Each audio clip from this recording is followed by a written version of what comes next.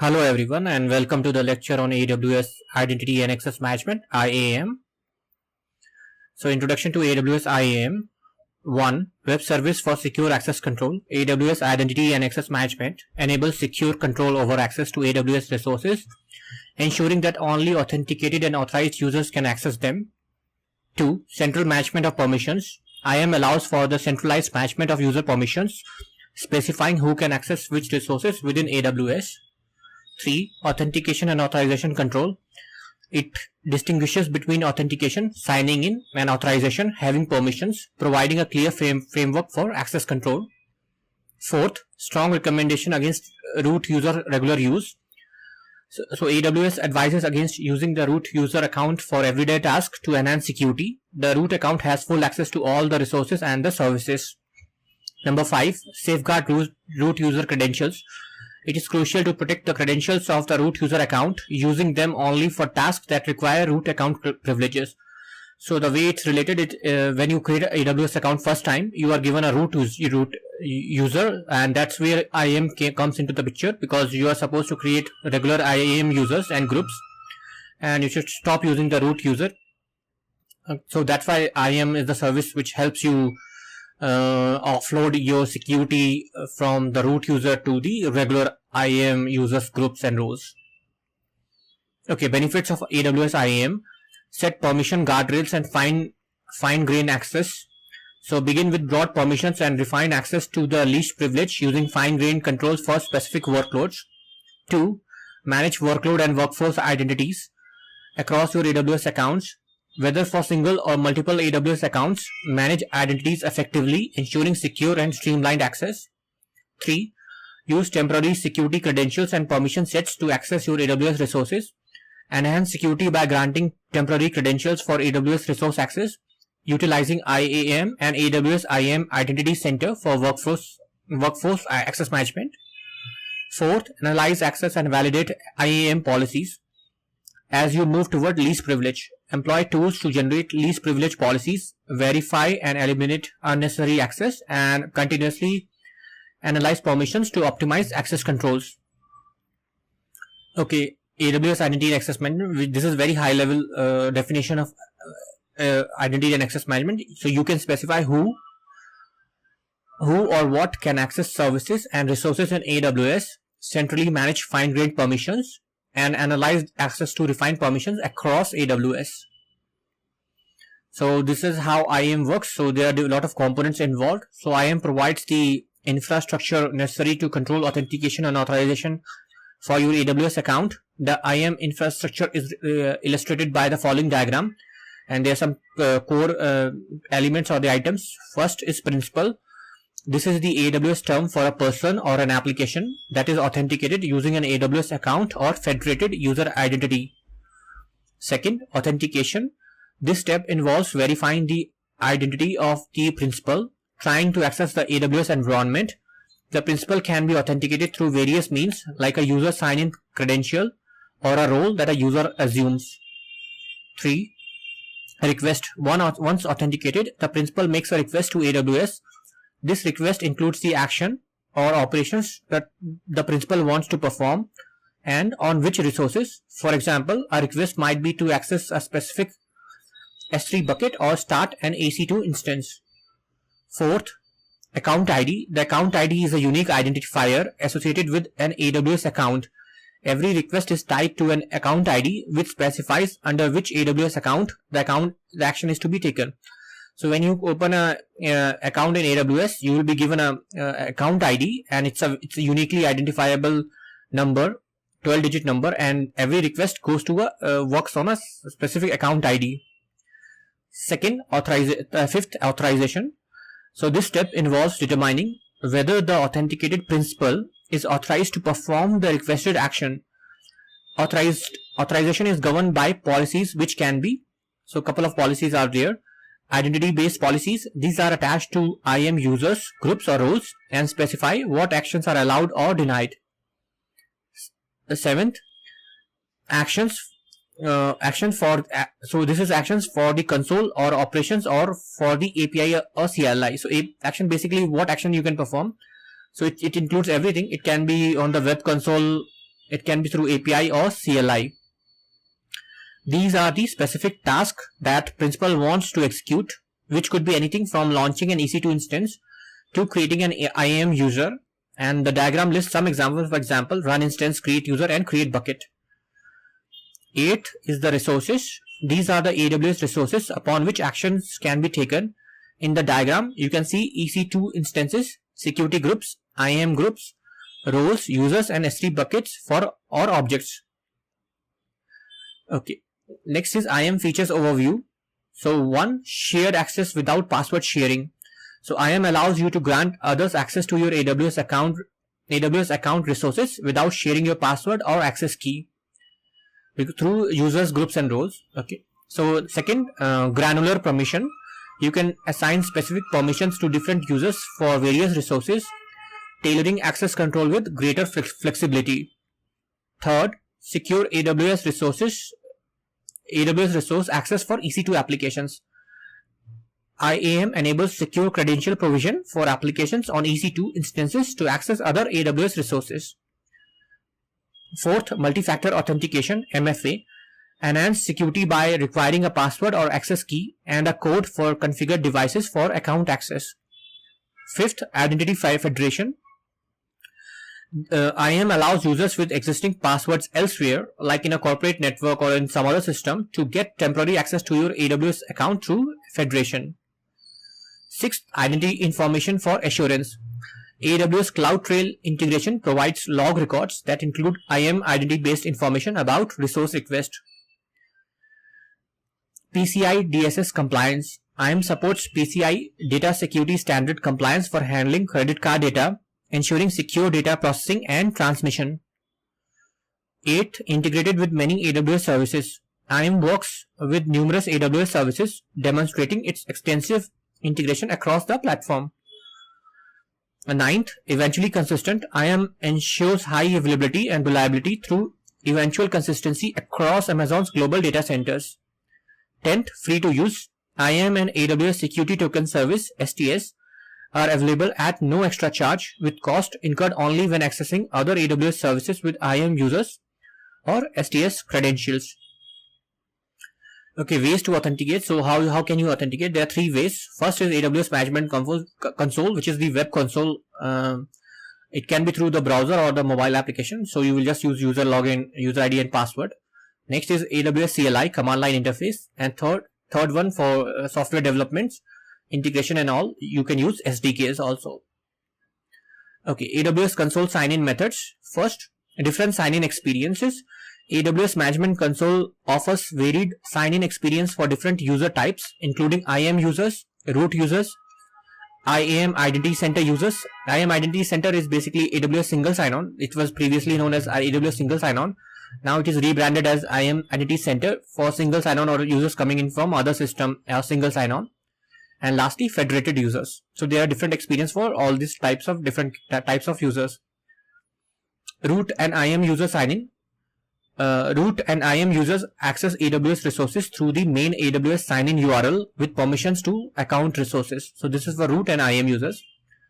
Third, root user credentials requirement.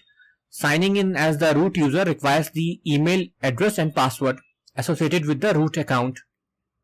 Fourth, IAM user credentials requirement. IAM users need the AWS account number or alias, their username and password for sign-in. So this is for IAM user. So it needs account number or the alias. Fifth, IAM Identity Center user sign-in. These users utilize a unique AWS access portal. So not direct web console, it is an access portal. Then selecting accounts or applications and the desired permission set for the management. So this is coming from different system like a single sign-on. So you will have to configure the single sign-on with, for example, some other identity provider. Sixth one, federated user sign-in. Federated users log in via custom enterprise access portal. So this is federated. So this is web portal will be different and they will be federated with access to AWS resources based on their organization's policy. Okay, sign in and account ID access for IAM users. First, sign in with URL. So in this case, account alias or ID is used here. Account alias or ID IAM users sign in through a web URL that requires the account's alias or ID, ensuring direct access with the secure identification. So it looks something like this for the IAM user. So they have to put in the account ID number. And second, viewing your account ID, user type specific. So different user types have distinct methods to view their account ID within AWS console, which is tailored to their access level and roles. So you can see your account ID. If in a company somebody has given you access, you can go and check what is your account ID. Third, AWS account ID and its alias. So root user, security credentials navigation. So for root users can find their account number by navigating to their username, selecting security credentials and looking under account identifiers. Because when you create as a root user, you are not allowed to choose the 12-digit account ID. So you can go to the security credentials on the top right and click from their user menu from there. Okay. So this is the two example, account ID, or you can put alias also. This is for IAM user. Okay. IAM user account details access. Similar to root users, IAM users can locate their account number under the account details after selecting security credentials from the user menu. So this is in case you have the alias, like if you work for a company, they have given you the full alias, something like this, and you want to know the account number. Okay, assumed role. Support center method. So users with an assumed role can identify their account number by choosing support and then support center, where the 12-digit account number is displayed in the navigation page. This is extra information in case you assume from one organization, one role to the other. Okay, this is the example of root user login using the root user email ID. So you have to select root user and you just enter the root user email address. And this is the example of IAM user login. For that, you have to select the second IAM user. First, you will have to enter the alias or the account number. Then you click next. And then on the next page, you will be given an option to enter the user ID and password. Okay, AWS CLI in SDK's authentication. Different authentication methods. IAM Identity Center, which is AWS single sign-on. And IAM users have unique ways to authenticate through the CLI or SDKs. Credentials and configuration location. So credentials can be stored in system or user environment variables, AWS configuration files, or entered directly as command line parameters with specific locations having precedence. So this is, we are talking about CLI because it's a command line interface. There is no browser involved. It may be in case of a single sign-on or IAM Identity Center, but you can store it, their specific location configuration files to basically work as part of, for example, automation or scripting. Third, access key usage. IAM provides both temporary and long-term access keys, with IAM Identity Centers temporary keys being preferable for enhanced security. Fourth, AWS Cloud Shell usage. Cloud Shell offers a browser-based interface for use CLI or SDK, requiring initial console sign-in. This method leverages existing console credentials for resource access, potentially offering a more streamlined management experience. So this is directly, if you are logged into web console, there is an option to launch Cloud Shell. So in that case, you don't have to enter any CLI or your SDKs or access keys or access key IDs. CLI SDK for application development. So developers can download the CLI or SDK for direct use in application development, configuring authentication and access credentials within their development environment for programmatic resource access. Okay, deep dive into IAM components. Now we'll go into all components one by one. So first is IAM users. Individual or application identities within AWS, with each with unique permissions. Users can directly interact with AWS services and resources based on their assigned permissions. Second, IAM groups. Collection of IAM users under a single set of permissions. Groups help simplify permission management by allowing a single policy to apply to multiple users, enhancing organizational security and efficiency. Third, IAM roles. Mechanisms for granting specific permissions to AWS services, other accounts, or federated users without the need for permanent credentials. Roles provide temporary security credentials that can be assumed by trusted entities, facilitating secure and flexible access management. Fourth, IAM policies. Documents that explicitly define permissions attached to IAM identities like user groups and roles, or AWS resources. Policies detail what actions are permitted or denied, governing the access level to AWS services and resources. They are central to managing security and access control in AWS, ensuring that entities can only perform actions that are explicitly allowed. Okay, now we'll go a bit deeper in IAM users. So IAM user identity. So it's IAM users are created with a friendly name and are identified uniquely across AWS with an Amazon resource name ARN, and these elements help in specifying users within policies or AWS environments. So there is a friendly name plus an ARN. IAM user credentials. IAM users can have various credentials like console passwords for AWS Management Console, and then they can have access key for programmatic access. Then they can have SSH keys for code commit, and they can also have server certificates for SSL and TLS authentication. Administrating IAM security. AWS provides tools to manage passwords, access key, and multi-factor authentication (MFA) device for IAM users. It emphasizes the importance of MFA to enhance security and recommends regular audits to find and remove unused credentials. Fourth, default permissions. By default, new IAM users have no permissions. Permissions must be explicitly assigned to allow users to perform operations or access resources, which thereby promotes principle of least privilege. IAM users and AWS accounts. Each user is associated with a single AWS account, which helps in resource access and activity billing without requiring a separate payment method. Then service accounts. IAM users can also function as service accounts for applications, utilizing long-term credentials for access requests. So the best practices include avoiding embedding access keys in application code and utilizing AWS SDK for secure key management.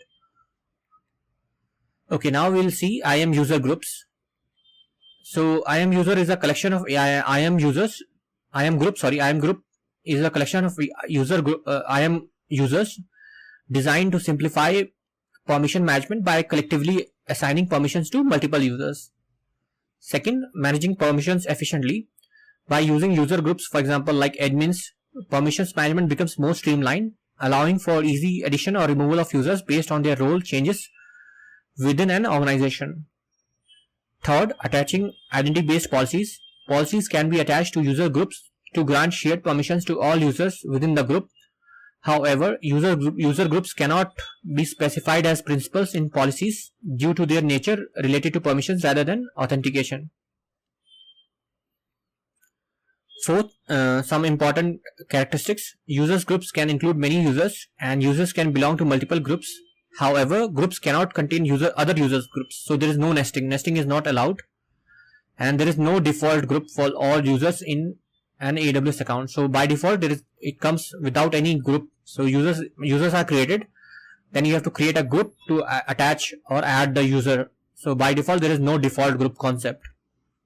Fifth, limits and restrictions. There are limitations on the number of groups an AWS account can have, and on the number of groups a single user can be a member of.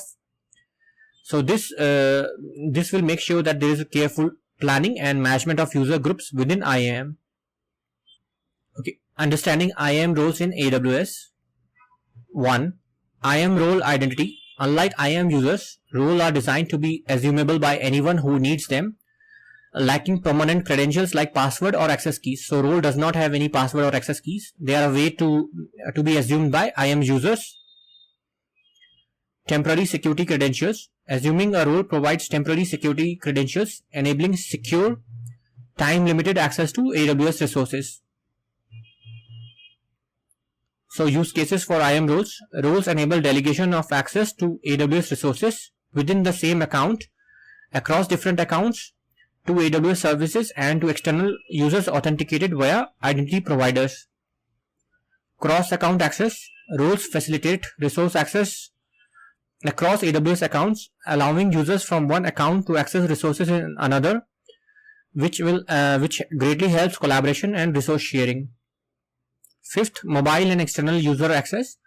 Roles can grant resource access to mobile apps without embedding AWS keys, and to users with identities outside of AWS, such as corporate directories or third-party identity services. Okay, role terms and concepts. So we'll see there are different types of role depending on the service. So we'll see all the different types of roles. First one, service role. A service role allows AWS services to perform actions on your behalf, managed within IAM for creation, modification, and deleted. So this is assumed by services. Second, EC2 instance role. A specific service role for application on EC2 instances to perform actions in your AWS account using temporary security credentials. Third one, service linked role. A role linked to an AWS service, allowing it to act on your behalf. These roles are visible in your account but cannot be edited by IAM administrators. So these roles come with AWS service by default and they cannot be modified, but these one are you can modify or create or delete them. Role chaining. The process of using a role to assume another role through AWS CLI or API, which allows for complex permission management. Delegation. Granting permissions to access your resources to another account, involving a trust policy and a permissions policy. Federation and federated user. Establishing a trust policy with external identity providers for user access to AWS resources without creating an IAM user. Trust and permissions policies. Trust policy define who can assume the role, while permission policies outline the role's access capabilities. 8. Permissions boundary. A feature to limit the maximum permissions a role can have, not applicable to service linked roles. 9th principle. An entity, it can be user, role or account in AWS that can perform actions and access resources defined in policies. 10th, role for cross account access. A role that enables access to resources across different AWS accounts which facilitate a secure collaboration. Okay, now roles and permission in IAM. So we'll see, my bad, it's policies and permission in IAM. So we'll see all the different types of policies. First one, identity based policy. Attached to IAM identities to grant permissions directly to users, groups and roles. Then we have resource based policies attached to AWS resources like S3 buckets to grant permissions to any principal, including those from other accounts. Then we have permission boundaries. This is used to define the maximum permissions an IAM entity can have, acting as a limit rather than granting permissions.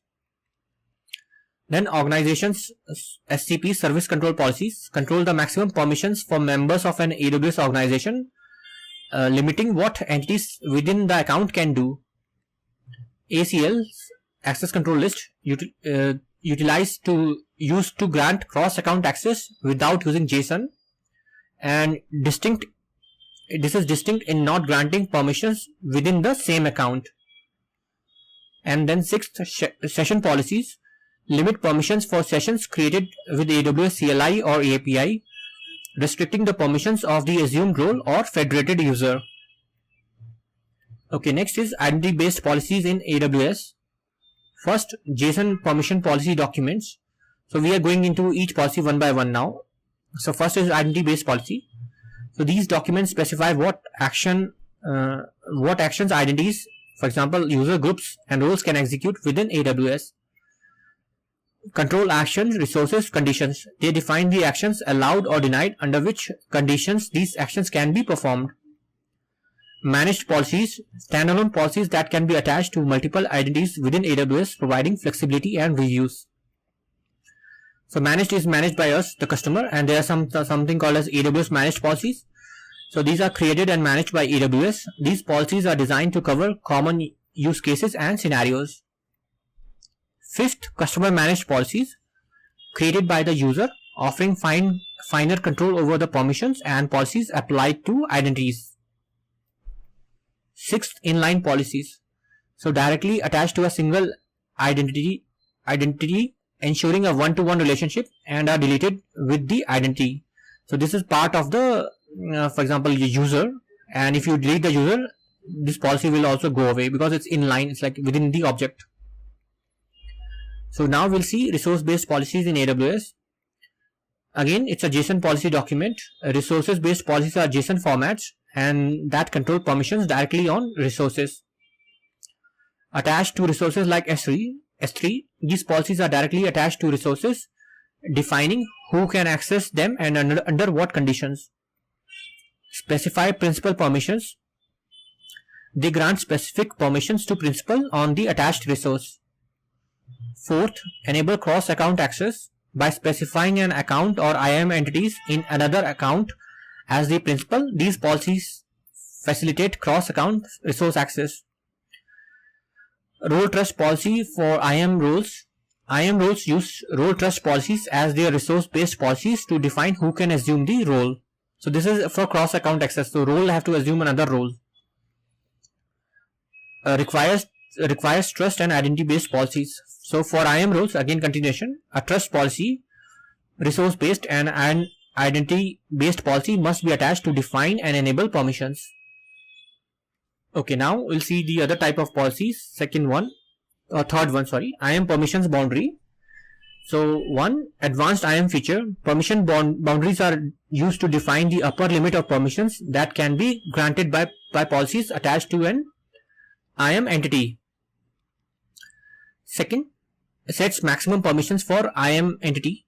This feature ensures that the entity cannot exceed the permissions defined in the boundary, regardless of the permissions specified in the attached identity-based policies. 3. Requires agreement. Requires both identity-based policies and permissions boundary agreement.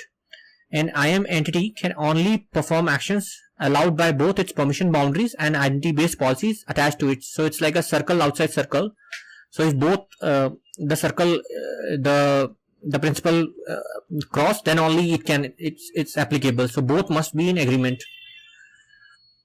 Fourth, not limited by resource-based policies. Permissions boundary do not apply to resource-based policies. So it only applies to identity-based policy. Let's say for a user or a role or a group that define the entity as a principal.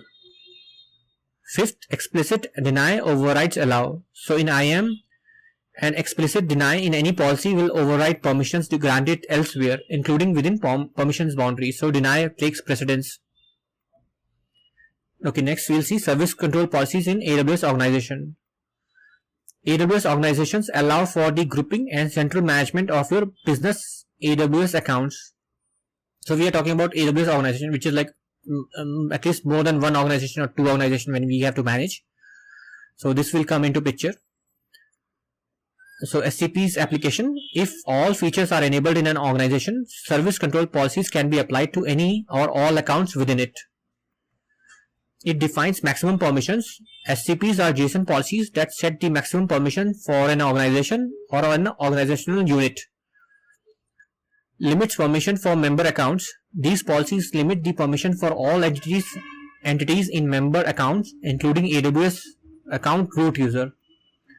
Again, explicit deny overrides allow. In the context of SCPs, any explicit deny within these policies will override the permissions that are allowed. Okay, next is understanding access control list in AWS. So access control list are policies controlling access to resources by principals from another account. This is from another account to from one account to another. Account specific restrictions. ACS cannot control access for principals within the same account, only for those in different accounts. Non-JSON policy format. Unlike other policy types, ACL do not use the JSON format. Supported AWS services. Services like Amazon S3, AWS Web Application Firewall WAF, and Amazon VPC utilize ACLs to manage access control. Okay, next is session policies in AWS IAM. Advanced policy mechanism. Session policies are used to define permissions when creating temporary sessions for role or federated users. Second, programmatically created sessions. These sessions are generated using API calls, allowing for dynamic permission management. Third, intersection of permissions. The effective permissions for a session are determined by both identity-based policies of the IAM entity and any session policies applied. Explicit deny prioritization. An explicit deny in any applicable policy will override permissions granted by the others. API operations for session creation. Sessions can be created using assume role with SAML, or assume role with web identity operations. Support for JSON inline and managed policies. You can specify permissions using a simple inline JSON document or up to 10 managed session policies. Okay, next we'll see JSON policies. So how it looks like. This is applicable to wherever the JSON policy, JSON format is applicable. So stored as JSON documents. So most AWS policies are represented and stored as JSON documents. So types of JSON policies include identity based, resource based, service control policies, SCPs, in some cases access control lists, and session policies, each with specific attachment and syntax requirements. Visual editor availability. So AWS Management Console provides a visual editor for creating and editing customer managed policies without needing to write JSON code. So this is if you have customer managed, like you are managing or you are creating them. And there are policy validation tools. So IAM offers policy validation to identify syntax errors, while IAM Access Analyzer, this is another tool, offers recommendation to refine these policies. Okay, now let's see the JSON policy document structure. So first there is a version and you specify the version. So in this case it can be, you can use the latest version as of this time of recording. It's 2012 10/17. So it always starts with version. Then there is a statement. Use this main policy element as a container for the following elements. You can include more than one statement in a policy. So it's an array of statement. And statement contains SID, which is an optional statement ID to differentiate between your statements. Next is effect. This is allow or deny to indicate whether the policy allows or denies access. Then principal, which is required in only in some circumstances. If you create a resource based policy, you must indicate the account, user, role or federated user to which you would like to allow or deny access. If you are creating an IAM permissions policies to attach to a user or role, you can include this statement. The principal is implied as that user or role. Action, include a list of actions that the policy allows or deny. Then 7th is resource, required only in some circumstances. If you create an IAM permissions policies, you must specify a list of resources to which the actions apply. If you create a resource based policy, this element is optional. If you do not include this element, then the resource to which the action applies is the resource to which the policy is attached. And last, condition, which is an optional element, specify the circumstances under which the policy grants permission. Okay, this is an example. The following policy has 3 statements, each of which defines a separate set of permissions within each separate set of permission within a single account. The statements define the following. So there are 3 statements. So first statement here, second one, and third statement. So first statement with a SID lets the user with the attached policy change their own password. The resource element in this statement is star, which means all resources. And but in practice, the change password API operation or equivalent change password CLI command affects only the password for the user who makes the request. So this is by default. So second statement lets the user list all Amazon S3 buckets in their AWS account. The resource element in the statement is star, which means all resources. But because policies don't grant access to resources in other accounts, the user can list only the buckets in their own AWS account. The third statement lets the user list and retrieve any object that is in a bucket named confidential data, but only when the user is authenticated with multi-factor authentication. MFA, the condition element in the policy, enforces the MFA authentication over here. So this is make sure that user has MFA set up and authenticated. So when a policy statement contains a condition element, the statement is only in effect when the condition element evaluates to true. So in this case, condition evaluates to true when the user is MFA authenticated. If the user is not MFA authenticated, this condition evaluates to false. So in that case, the third statement in this policy does not apply, and user does not have access to the confidential data bucket. Okay.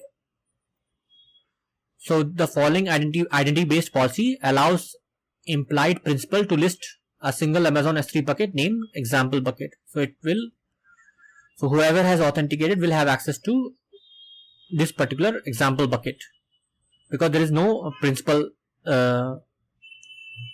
defined. So this is an implied principle. Okay, next example. This is a resource-based policy.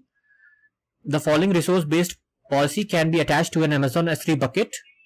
So it's a resource-based policy. So that's why it is getting attached to a bucket and not to a user or a role, because those will be like identity-based policy. So the policy allows members of a specific AWS account to perform any Amazon S3 actions in the bucket named my bucket. It allows any action that can be performed on a bucket or the objects within it through this this particular syntax. So that's it goes inside all the level deep. Okay, because the policy grants trust only to the account, the individual users in the account must still be granted specific permission for these specified Amazon S3 actions. So in this case, it's only for the root user. Okay, now let's see granting least privilege in IAM policies. So we have to so best practice principle of least privilege. This emphasizes granting only the permissions necessary for a user or role to perform their task. Second, specific task permissions. Analyze the tasks users and roles need to accomplish and tailor policies to those specific needs. Start with minimum permissions, begin with the least amount of access, and incrementally add permissions to avoid excessive access rights. Fourth, adjust permissions as needed. Dynamically update policies to grant additional permissions as tasks and responsibilities as tasks and responsibilities evolve. So alternative, AWS managed policies. So you can, for initial steps, start with AWS managed policies or wildcard permissions to provide broad access, but it should be refined over time. Okay, now defining IAM permission strategy.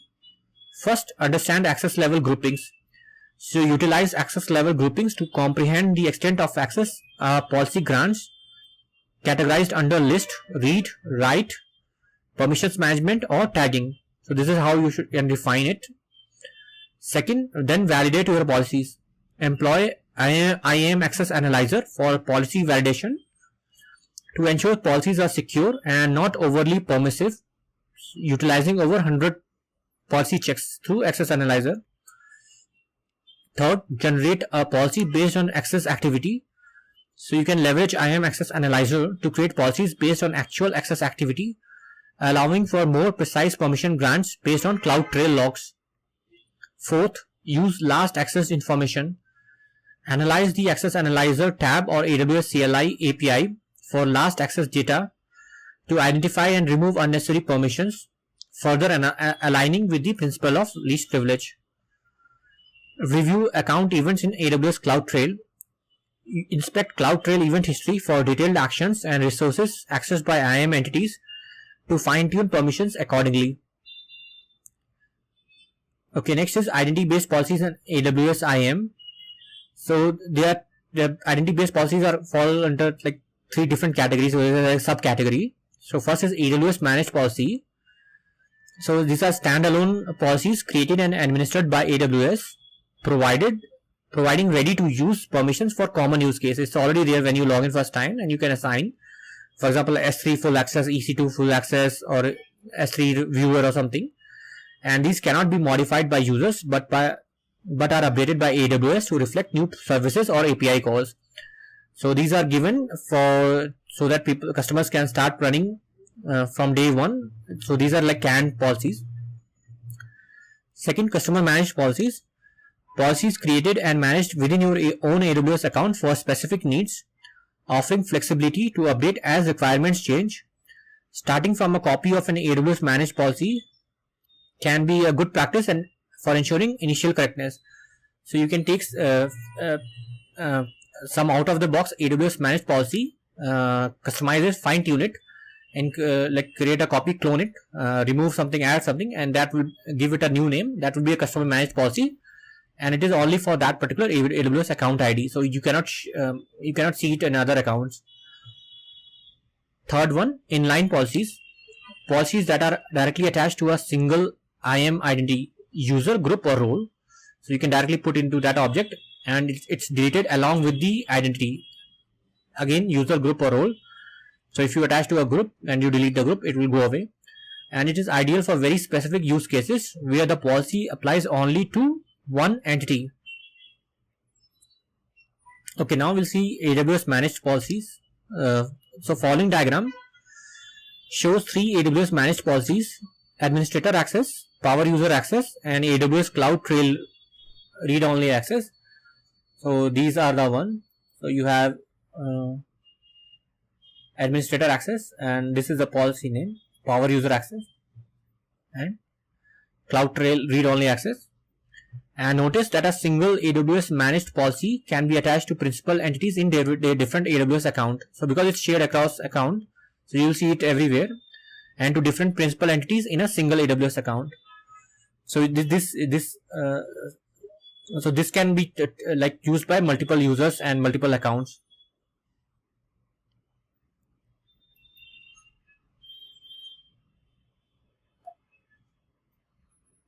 Next is customer managed policy, and in this diagram each policy is an entity in an IAM with its own Amazon resource ARN. So this is the one which we have created, like custom ones,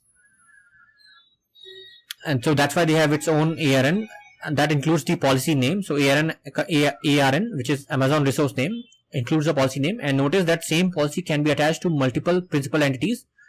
For example, the same DynamoDB Books app policy is attached to 2 different IAM roles. So in this case, this particular policy, DynamoDB access, it's attached to these 2 roles.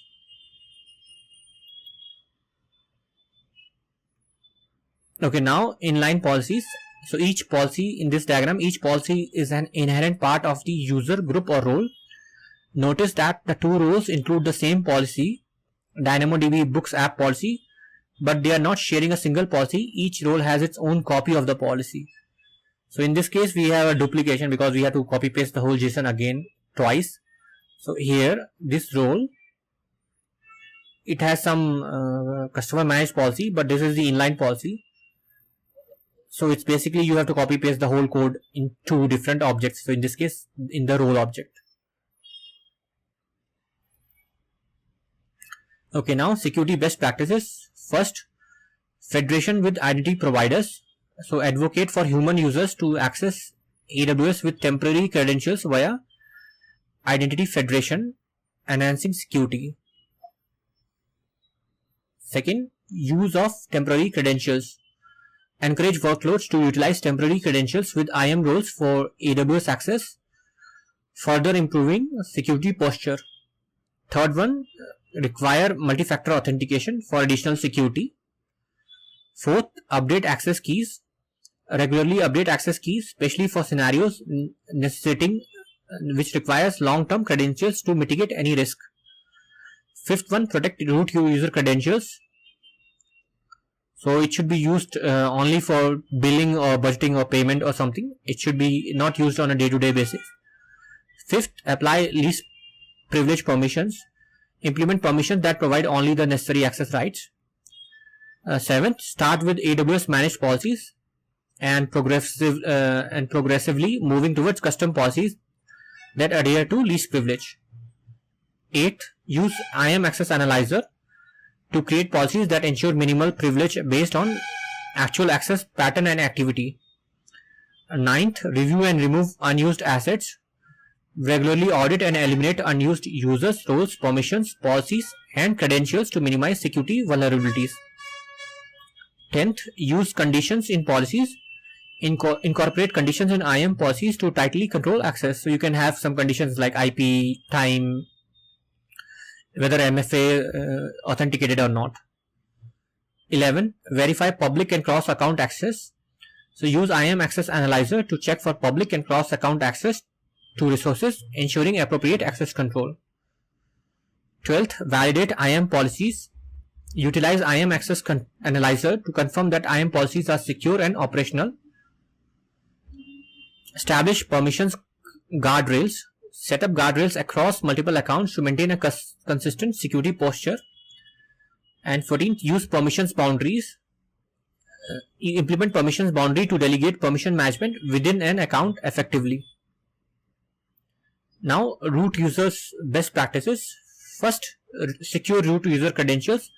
Prevent unauthorized users by safeguarding or not using your root user for day-to-day operation.